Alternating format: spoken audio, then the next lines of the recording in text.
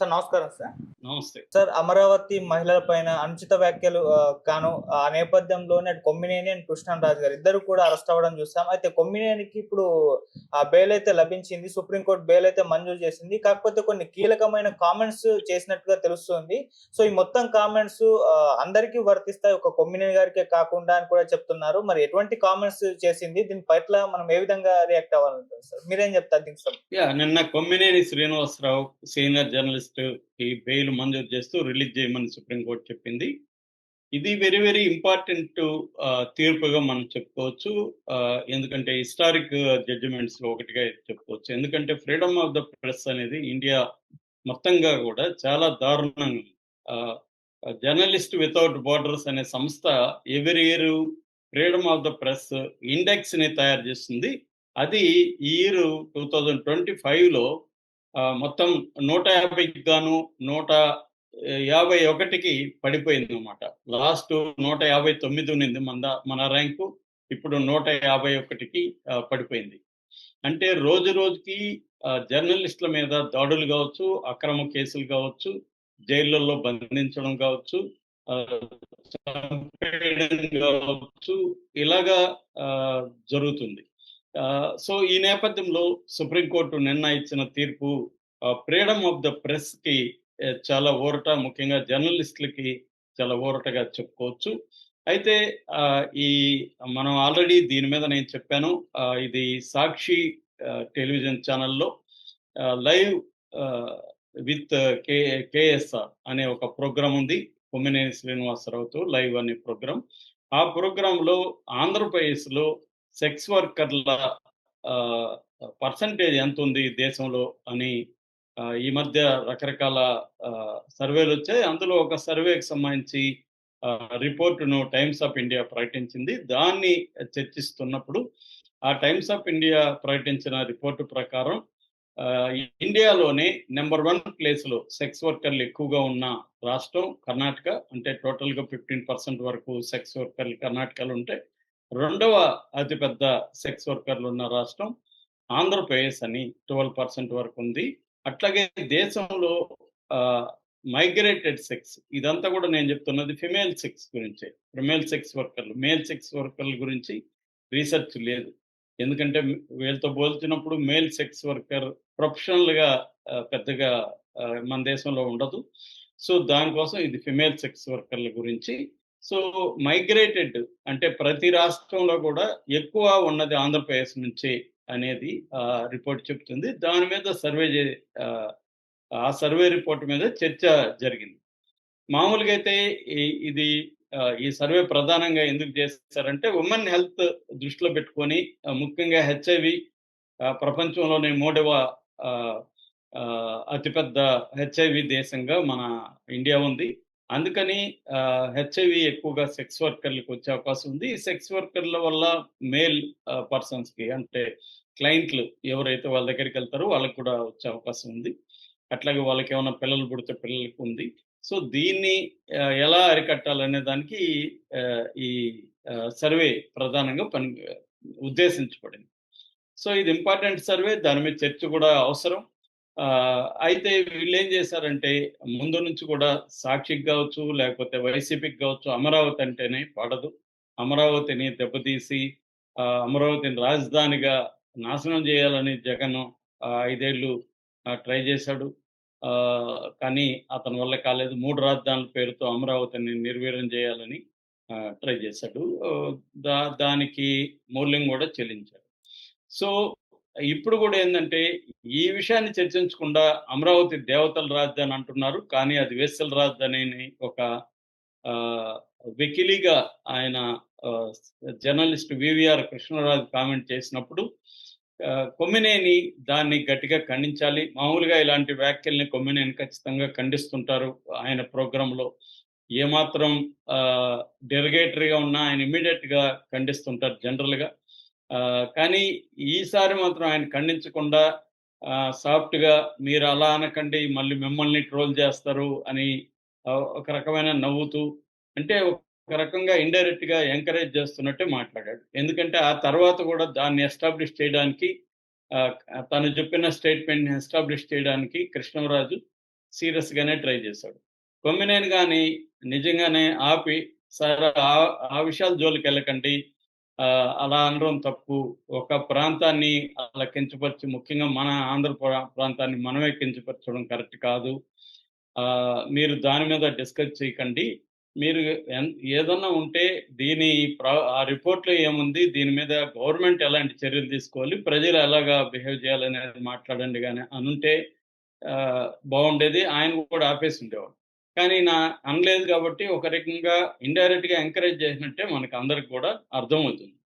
అది కొమ్మినేని లాంటి senior journalist చేయాల్సిన పని కాదు. కానీ అది చేశాడు. దానివల్ల ఆహ్, ఆంధ్రప్రదేశ్‌లో ఆల్రెడీ ఒక పొలిటికల్ కండిషను అక్కడ ఉంది. ఎందుకంటే ప్రధానంగా రివెంజై అనేది ప్రభుత్వం డే 1 నుంచి కూడా చేస్తుంది. సో, దానివల్ల ఇక్కడ జర్నలిస్టులు కూడా అందరూ ఇవాళ చీలిపోయారు. పార్టీల వారీగా ఛానల్సు, పార్టీల వారీగా పేపర్సు, పార్టీల వారీగా జర్నలిస్టులు చీలిపోయారు. కొంతమంది విధి లేక బతుకు తెరువు కోసం ఏ ఛానల్‌లోనో, ఏ పేపర్‌లో పనిచేస్తుంటే దాని పాలసీని ఫాలో అవుతుంటే, కొంతమంది వేరే బెనిఫిట్స్ కోసం రేపు అధికారంలోకొస్తే ఆహ్, వాళ్ళకి పదవులు గావచ్చు, లేతే పైరవీలు గావచ్చు, లాబింగ్ జేసుకోవడం కోసం ఒక పార్టీ కార్యకర్తల్లాగా కూడా మారిపోయిన పరిస్థితి ఇవాళ మనకి క్లియర్‌గా కనిపిస్తుంది. ఈ నేపథ్యంలో ప్రభుత్వం ఆల్రెడీ 1 ఇయర్ ఉన్న సందర్భంగా ఆహ్, వైసీపీ దాని మీద పోరాడుతుంది గాబట్టి, ఈ ఇష్యూ వాళ్ళకి కలిసొచ్చింది. కొంత డైవర్ట్ చేయొచ్చు.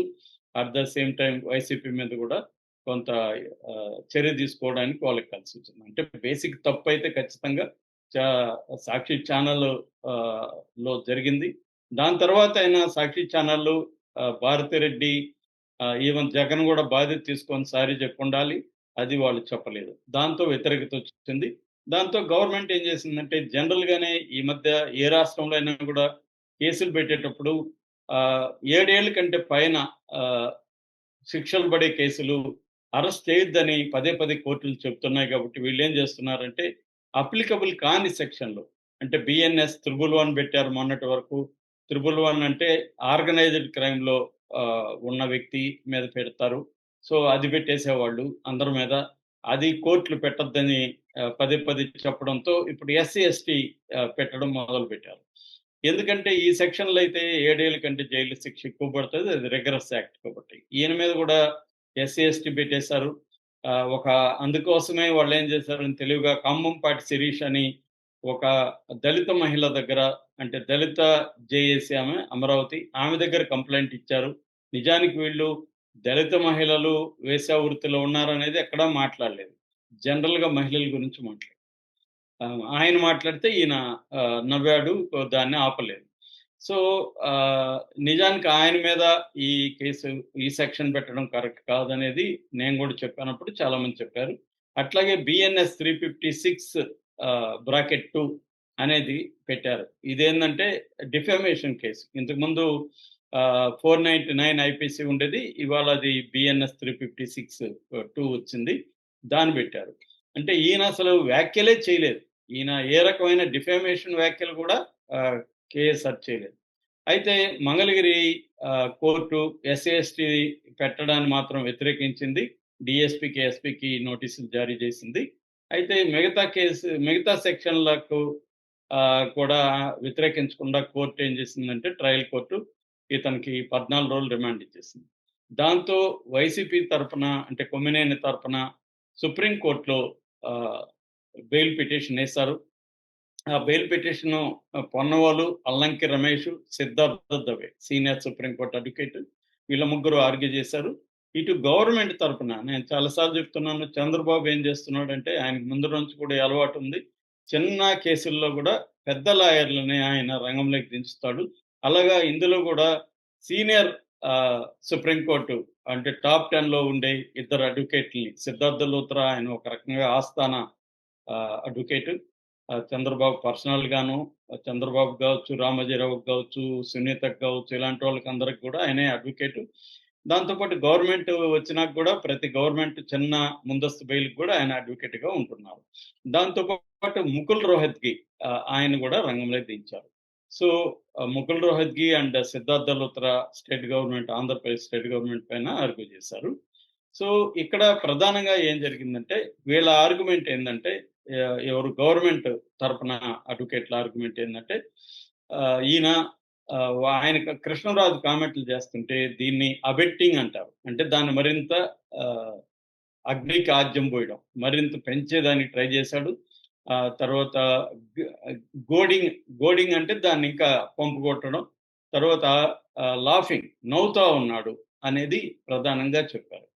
వీళ్ళేం చెప్పారంటే, సిద్ధార్థ దవే ఏం చెప్పాడంటే, ఆహ్, కొమ్మినేని అసలు కామెంట్ చేయలేదు. ఒక యాంకరు, ఒక ఛానెల్‌లో ఒక యాంకరు ఆహ్, ఒక ప్రోగ్రామ్‌ని కండక్ట్ చేస్తున్నప్పుడు, ఆ ప్యానెల్‌లో ఎవరో ఒకరు చేసిన కామెంట్‌లకి ఈయన ఎట్లా బాధ్యుడవుతాడు అనేది ఈయన లా పాయింట్ తీశాడు. అప్పుడు దీన్ని ద్విసభ్య ధర్మాసనం విచారించింది. ప్రశాంత్ కుమార్ మిశ్రా అండ్ మన్మోహన్, వీళ్ళిద్దరూ, justice Prashant Kumar and justice Manmohan, వీళ్ళిద్దరూ దీన్ని విచారించారు. అప్పుడు ప్రశాంత్ కుమార్ మిశ్రా అన్నాడు, అంటే ఈ కేసు నవికా కుమార్ అండ్ రాజ్‌దీప్ సర్దేశాయ్ లాంటిదేనా అని అడిగితే అబ్సల్యూట్‌లీ అని సిద్ధార్థ దవే అన్నాడు. అంటే ఇంతకుముందు వాళ్ళకి గూడా ఇట్లా యాంకరింగ్ చేసేటప్పుడు వేరే వాళ్ళు కామెంట్లు చేసినట్టు కేసులు పెట్టారు. సో, దాంతో ప్రశాంత్ కుమార్ మిశ్రా ఏమన్నారంటే, ఆయనేమి కామెంట్లు చేయలేదు డైరెక్ట్‌గా. ఆయన నవ్వడం తప్పెలా అవుతుంది? మేము గూడా నవ్వుతాం ఇక్కడ. ఒక్కొక్కసారి చాలా ఘోరమైన కామెంట్లు ఎవరైనా చేసినప్పుడు గూడా ఆహ్, దాన్ని నవ్వుతూ కొట్టేస్తాము. అంత మాత్రాన నవ్వడం అనేది ప్రతిసారి ప్రోత్సహించినట్టేమి కాదు. అట్లనుకుంటే మేము రోజు ఇక్కడ అనేక సార్లు నవ్వుతూనే పనిచేస్తుంటాము. సో, యాంకరు నవ్వినాడని యాంకరు మీద ఎస్సీ, ఎస్టీ ఇలాంటి కేసు పెట్టి 70 ఏళ్ల సీనియర్ జర్నలిస్ట్‌ని అరెస్ట్ చేయడం కరెక్ట్ కాదు. రెండోది ఆర్టికల్ 19(1) ప్రకారం 1 ఏ అంటారు.